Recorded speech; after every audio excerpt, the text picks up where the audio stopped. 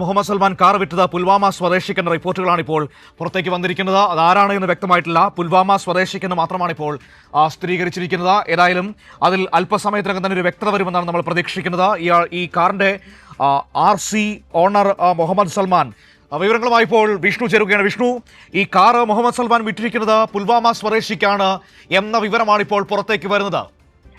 മനു, തീർച്ചയായിട്ടും ഇപ്പോൾ അത്തരത്തിലുള്ള ചില വിവരങ്ങൾ തന്നെയാണ് പുറത്തു വരുന്നത്. കാറിന്റെ മുൻ ഉടമയായിട്ടുള്ള മുഹമ്മദ് സൽമാനെ ചോദ്യം ചെയ്തതിൽ നിന്നുമാണ് കാറ് വിറ്റിരിക്കുന്നത് ഇത്തരത്തിലൊരു പുൽവാമ സ്വദേശിക്കാണ് എന്ന ചില സൂചനകൾ പുറത്തു വരുന്നത്. പുൽവാമ സ്വദേശിയായിട്ടുള്ള താരിഖിനാണ് കാറ് വിറ്റത് എന്ന റിപ്പോർട്ടുകളാണ് ഈ ഒരു ഘട്ടത്തിൽ പുറത്തു വരുന്നത്. അങ്ങനെയെങ്കിൽ പുൽവാമ ഭീകരാക്രമണവുമായിട്ടൊക്കെ തന്നെ ഒരുപക്ഷെ അന്വേഷണം കടക്കും എന്നതാണ് ഈ ഒരു ഘട്ടത്തിൽ ചില സൂചനകൾ പുറത്തു വരുന്നത്. കാരണം നേരത്തെ തന്നെ വ്യക്തമായതാണ് ഈ കാർ എന്ന് പറയുന്നത് ഹരിയാന രജിസ്ട്രേഷൻ ആയിട്ടുള്ള ഒരു കാറാണ്, i20 കാറാണ് സ്ഫോടനം നടന്നത് എന്നതാണ് തുടക്കത്തിൽ തന്നെ വ്യക്തമായത്. പിന്നീട് അത് കേന്ദ്രീകരിച്ച് നടത്തിയ ആ കാറ് കേന്ദ്രീകരിച്ച് നടത്തിയ അന്വേഷണത്തിലാണ് ഹരിയാന സ്വദേശിയായിട്ടുള്ള ഗുരുഗ്രാം സ്വദേശിയായിട്ടുള്ള മുഹമ്മദ് സൽമാനിലേക്ക് അന്വേഷണം എത്തിച്ചേരുന്നത്.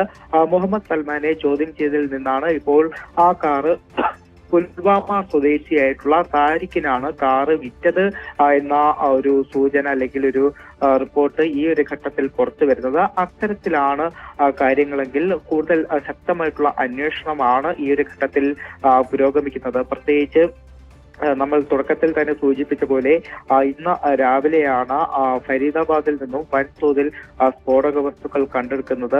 അതിനുശേഷം ഇപ്പോൾ സ്ഫോടക വസ്തുക്കൾ കണ്ടെടുത്ത ഡോക്ടറെ അടക്കം ചോദ്യം ചെയ്യുന്ന സാഹചര്യത്തിലേക്ക് കാര്യങ്ങൾ പോകുന്നുണ്ട്.